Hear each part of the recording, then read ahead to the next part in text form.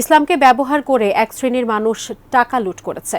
Insurance কোম্পানির নামে তারা হাজার হাজার কোটি টাকা লুট করে নিয়ে গেছে বলে মন্তব্য করেছেন ধর্ম উপদেষ্টা ডক্টর আফম খালিদ হোসেন।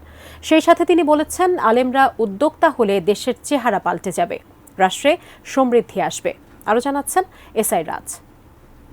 কপালে নাকে দাগ, সজিদার দাগ, তারা এই দেশের অর্থ লুট করে নিয়ে গেছে। এদেশে যারা টাকা লুট করেছে তাদের চেহারা দেখলে কুতুব মনে হবে, কপালে নাকে তাদের সিজদার দাগ, তারাই অর্থ লুট করে নিয়ে গেছে বলে মন্তব্য করেছেন ধর্ম উপদেষ্টা ডক্টর আফম খালিদ হোসেন। বুধবার বিকেলে চীন মৈত্রী সম্মেলন কেন্দ্রে কওমি উদ্যোক্তাদের আয়োজিত জাতীয় সম্মেলনে তিনি এসব কথা বলেন। এই দেশে যারা টাকা লুট করেছে তাদের চেহারা দেখলে গৌস মনে হবে, কুতুব মনে হবে, তাদের চেহারা, তাদের অবয়ব।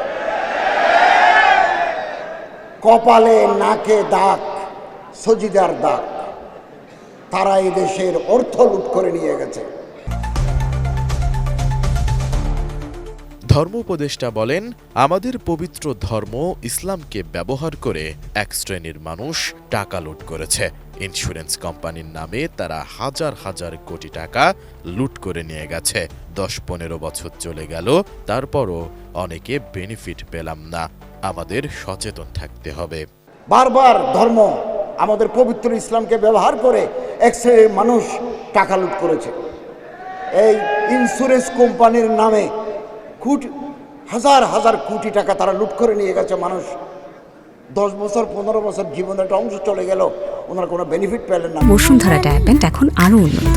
এই হট এয়ার থ্রো টপশিট দ্রুত শোষণ করে সোনামণিকে দেয় কোমল অনুভূতি। ধর্ম উপদেষ্টা বলেন, বহু প্রতিষ্ঠান কোটি কোটি টাকা নিয়ে উধাও।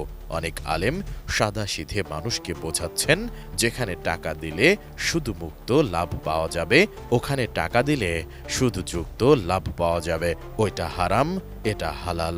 বহু প্রতিষ্ঠান কোটি কোটি টাকা বাজার থেকে নিয়ে তারা এখন উধাও, এবং বহু আলেম এগুলো সাদাসিধা মানুষ বুঝাচ্ছে যে এখানে টাকা দিলে সুদ মুক্ত লাভ পাওয়া যাবে, ওখানে দিলে সুদ যুক্ত লাভ পাওয়া যাবে, ওইটা হারাম, এটা হালাল। হাজার হাজার মানুষ এখানে টাকা বিনিয়োগ করেছে।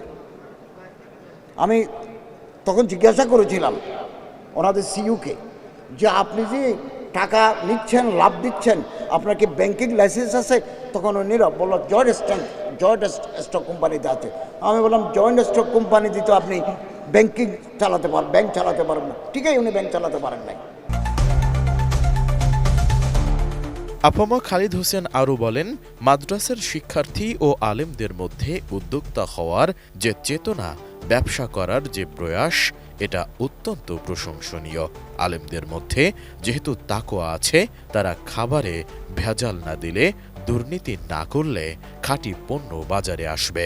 আমি নাম বলবো না, কারো গীবত করার উদ্দেশ্য নয়, হাকিকতকে প্রকাশ করা। আমি নাম বলতে চাচ্ছি না। অনেক হয়েছে, বহু মানুষ বিশ্বাস করে কোটি কোটি টাকা কোন ইনভেস্ট করেছেন, এখন তারা দেউলিয়া, লালবাতি জ্বলে। এছাড়া মসজিদ, মাদ্রাসা, হিফজখানায় খেদমতের পাশাপাশি আলেমরা ব্যবসা করলে ইসলামের উপকারী হবে বলে মনে করেন ধর্ম উপদেষ্টা। শরীরে রক্ত আছে 5.5 লিটার, হাড্ডি গোস্ত আছে 60 থেকে 70 কেজি। এক ফোঁটা রক্ত, এক টুকরা গোস্ত যদি হারাম দিয়ে তৈরি হয়, ক্বালা রাসূলুল্লাহ সাল্লাল্লাহু আলাইহি ওয়াসাল্লাম, লা ইয়াদখুলুল জান্নাতা জাসাদুন গুযিয়া বিল হারাম। এসআই রাজ, এটিএন নিউজ, ঢাকা।